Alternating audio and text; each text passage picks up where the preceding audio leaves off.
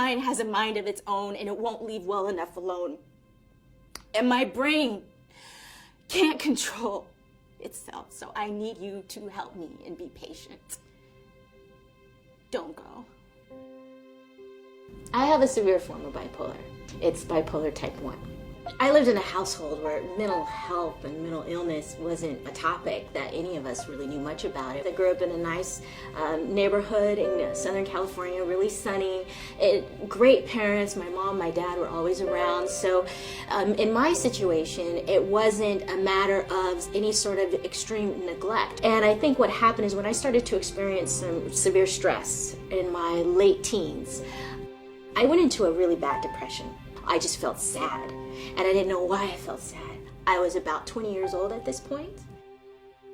I just started to withdraw. And eventually what started to happen is I lost a lot of weight.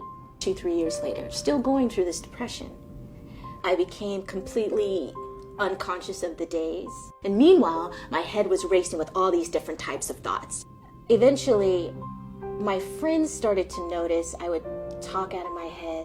Nobody really took it seriously, and then I stopped getting my sleep, started staying up around the clock, started having a lot of energy, started thinking I had a special mission in life to save people. I also thought that life around me was this movie set. I started to really believe these things. I was 24 years old, got into a cab, and the cab driver, after a while, could tell that I was psychotic, and called the police. And at the time, I was talking to myself on the street, talking about all these divine thoughts, and I was completely psychotic, out of my mind.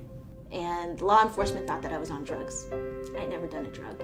And I was sent to UCLA, and I was put into the psychiatric unit at UCLA. And that's when I was diagnosed. If I can say one thing, unless there's extreme, I just don't feel me. No, I don't think you heard me. I just don't feel me.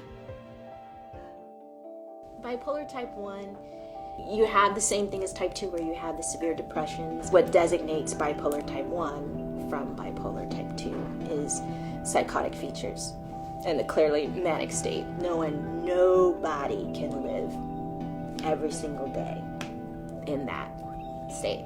No way. No way. You have to figure out a way to get help. I'm very grateful to have found the right combination of treatments and doctors and medicines.